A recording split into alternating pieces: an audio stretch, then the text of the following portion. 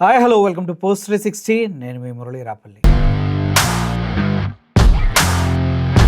నిన్న గణపతి పూజలు రాష్ట్ర వ్యాప్తంగా చాలా బాగా చేసుకున్నారు.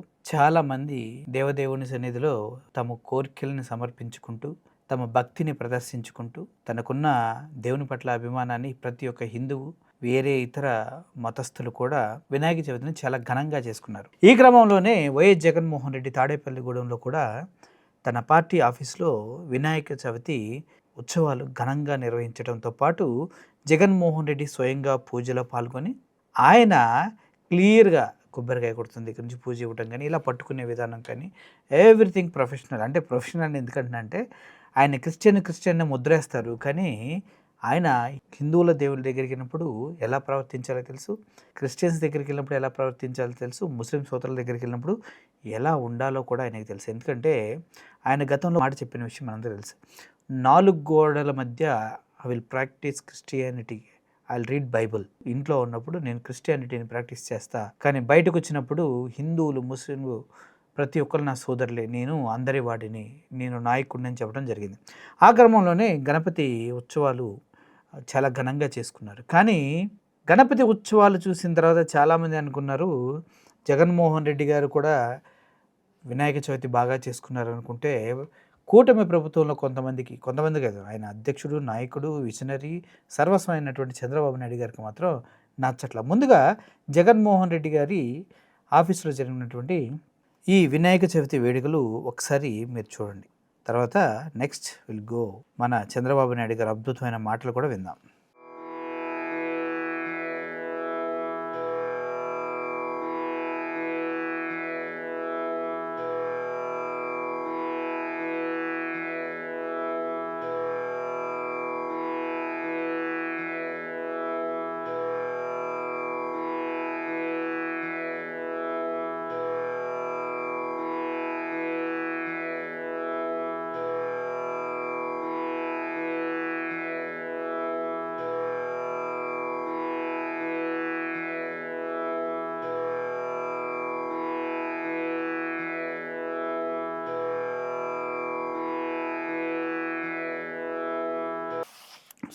సో జగన్మోహన్ రెడ్డి గారు అక్కడ పూజలో మంత్రాలు కూడా చదవడం జరిగిందనమాట.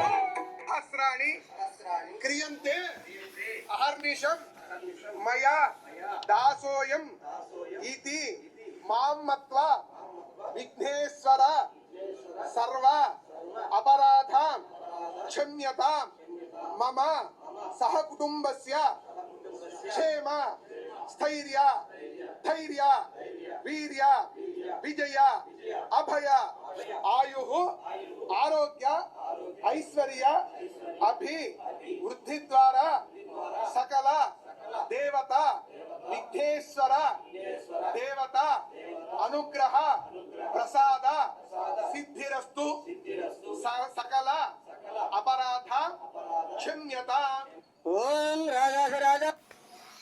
సో ఇలా జగన్మోహన్ రెడ్డి గారు తాడేపల్లిగూడెం పార్టీ ఆఫీస్లో ఈ విధంగా పూజలు చేసుకోవటం జరిగింది. దీన్ని చంద్రబాబు నాయుడు గారు వక్రీకరించి మాట్లాడటం అనేది సభ్య సమాజం సిగ్గుతో తలదించుకోవచ్చు. ఎందుకంటే దేవుడు అందరివాడు, ఎవరికి సొంతం కాదు. నమ్మకం ఉంటే దేవుడు అందరినీ ప్రేమిస్తాడు. కానీ చంద్రబాబు నాయుడు గారు ఏం మాట్లాడారో తెలుసా? ఒకసారి వినండి మీరు. ఎంత దారుణం అంటే అంత దారుణంగా మాట్లాడారు చంద్రబాబు గారు. ఒకసారి వినండి.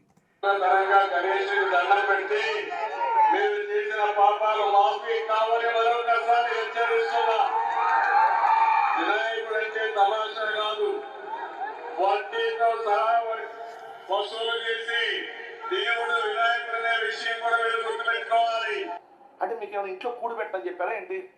పొద్దునే సాయంత్రం దాకా జగన్మోహన్ రెడ్డి గారి మీద విమర్శలు చేస్తేనే కూడి పెడతా అన్నారా ఏంటి?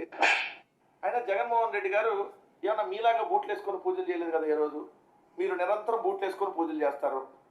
హిందూ ద్రోహి మీరు. 2, విజయవాడలో 40 గుళ్ళను కూల్చినటువంటి దుర్మార్గుడు మీరు. కానీ ఆ 40 గుళ్ళని తిరిగి నిర్మించినటువంటి హిందూ మత భక్తుడు జగన్మోహన్ రెడ్డి గారు. అదేవిధంగా మీరు చూస్తే ఏదైతే 29 మందిని పుష్కరాల పేరుతో మీ పబ్లిసిటీ పెంచుతో చంపింది మీరు కదా. కానీ జగన్మోహన్ రెడ్డి గారు 29 మందిని చంపలేదు కదా. ఏ రోజు ఒకరు కూడా చంపలేదు కదా. ఇదే విధంగా మీరు తిరుమలలో టికెట్ల పేరుతో, వైకుంఠ ఏకాదశి టికెట్ల పేరుతో 6గురిని చంపించింది మీరే కదా. సింహాచలంలో టచ్ చేస్తే పడిపోయేటటువంటి గోడను కట్టి 7గురిని చంపించింది మీరే కదా. ఇన్ని పాపాలు చేసి ఎంతకంటే ఘోరమైన పాపం తిరుమల లడ్డులో జంతువుల కొవ్వు కలిసిందని చెప్పి కొవ్వెక్కి మాట్లాడారు మీరు ముఖ్యమంత్రిగా. ఇంతకంటే ఇంకేమైనా నీచం పాపం ఏమైనా ఉంటుందా? మరి కొంచెమన్నా సిగ్గుండాలి కదా మళ్ళీ మీరు హిందూ మతం గురించి కానీ జగన్మోహన్ రెడ్డి గారి గురించి కానీ మాట్లాడడానికి మీకు. మన రాష్ట్ర ముఖ్యమంత్రి హోదాలో ఉండి చంద్రబాబు నాయుడు గారు ఈ విషయాన్ని ఇంత దారుణంగా ప్రజెంట్ చేయటం అనేది చాలా తప్పు, అందులో ఎటువంటి సందేహం లేదు. నిజంగా చెప్పాలంటే చంద్రబాబు నాయుడు గారు గతంలో మాట్లాడిన మాటలు కానీ, ఆయన బూట్లు వేసుకుని చేసే పూజా విధానాలు కానీ, ఓపెనింగ్స్ కానీ, అవన్నీ కనుక మనం చూసినట్లయితే జగన్మోహన్ రెడ్డి గారికి చంద్రబాబు నాయుడు గారికి చాలా వ్యత్యాసం ఉన్నట్టు తెలుస్తుంది. ముఖ్యంగా తిరుమల తిరుపతి దేవస్థానం ప్రసాదంగా సమర్పించే లడ్డూలో జంతువుల వ్యర్థాలతో తయారు చేశారంటే దారుణమైనటువంటి అభియోగం చేసి దాన్ని ప్రూవ్ చేయలేనటువంటి సిచ్యువేషన్లో ముఖ్యమంత్రి స్థాయి వ్యక్తి ఉన్నాడంటేనే అర్థం చేసుకోండి ఎంత దారుణమైనటువంటి స్టేట్మెంట్. ఇవన్నీ కలిసి ఇప్పుడు చంద్రబాబు నాయుడు గారు జగన్మోహన్ రెడ్డి పైన అలా వ్యాఖ్యానించడం వెనుక ఒక దురుద్దేశం ఉండుంటుంది. కంపల్సరిగా జగన్మోహన్ రెడ్డి అంటే క్రిస్టియన్ అనే ఒక ముద్ర వేసి గతంలో కూడా క్రిస్టియన్ అని చెప్పాడు. కానీ జగన్మోహన్ రెడ్డి అటు కేంద్ర ప్రభుత్వం ప్రవేశపెట్టినటువంటి వక్ఫ్ బోర్డ్ బిల్లుని పూర్తి స్థాయిలో వ్యతిరేకించి సుప్రీంకోర్టులో ఫైట్ చేస్తూ ముస్లింలకు అండగా నిలబడ్డారు. ఆ క్రమంలో రంజాన్ మాసంలో ముస్లిమ్స్ అంతా జగన్మోహన్ రెడ్డి గారిని ఇఫ్తార్ విందుకు ఆహ్వానించడం కూడా జరిగింది. కానీ చంద్రబాబు నాయుడు గారిని ముస్లిమ్స్ ఇఫ్తార్ విందు నుంచి బహిష్కరించారు. కారణం ఏంటి? ఆయన ముస్లింలకు తోడుగా లేరనేసి, వక్ఫ్ బోర్డ్ బిల్లుని సమర్థిస్తూ ఓట్లు వేశారనేసి. అదేవిధంగా ఇప్పుడు మళ్ళీ కనుక మనం చూసుకున్నట్లయితే సింహాచలం అప్పన్న స్వామి టెంపుల్ ఎంతమంది చనిపోయారో మీకు తెలుసు కదా. 7గురు అయితే దుర్మరణం పొందారు. ఆ సంవత్సరానికి ఒక్కసారి జరిగే ఆ ఉత్సవాన్ని కూడా సరిగా నిర్వహించలేనటువంటి స్థితిలో ప్రభుత్వం ఉంది. చివరికి వాళ్ళకి కాంపన్సేషన్ పే చేసింది కూడా దేవాలయం యొక్క డబ్బులతోనే తప్పించి ప్రభుత్వం ఎటువంటి సహాయం చేయలేదు. ఇవన్నీ తలుచుకుంటే భక్తులు ప్రతి ఒక్కరికి తెలుసు, హిందువులు ప్రతి ఒక్కరికి తెలుసు ఎవరు హిందువులకి దగ్గరగా ఉన్నారు, ఎవరు ముస్లిమ్స్కి దగ్గరగా ఉన్నారు, ఎవరు అందరికీ దగ్గరగా ఉన్నారు అనేది. దానికి అందుకే కారుమూరి వెంకట గారు చాలా గట్టిగా మాట్లాడటం జరిగింది. అది కూడా కొంచెం స్ట్రాంగ్ అయిందని నాకు అనిపించినప్పటికీ ఒక వ్యక్తి దేవుని దగ్గరికి వెళ్ళినప్పుడు ఆయన్ని విమర్శించే హక్కు ఎవరికి లేదు. ఆయన హిందూ అయినా ముస్లిం అయినా ఇంకొకరి నమ్మకం లేకుండా ఎవరు కూడా దేవుని సన్నిధికి వచ్చి దేవుని ముందు పూజలు కార్యక్రమాలు జరిగించరు.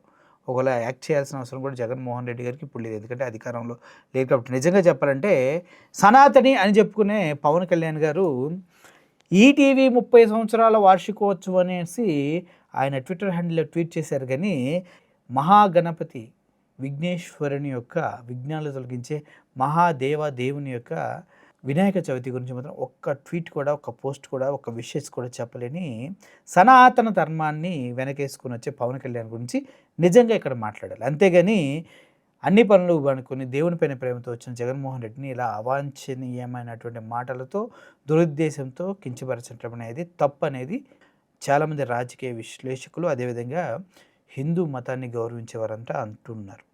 మీరేమంటారు? ఎవరైతే తప్పు అంటారు కింద కామెంట్ రూపంలో తెలియచేయండి. Thank you for watching this video. Murali signing off. Thank you so much.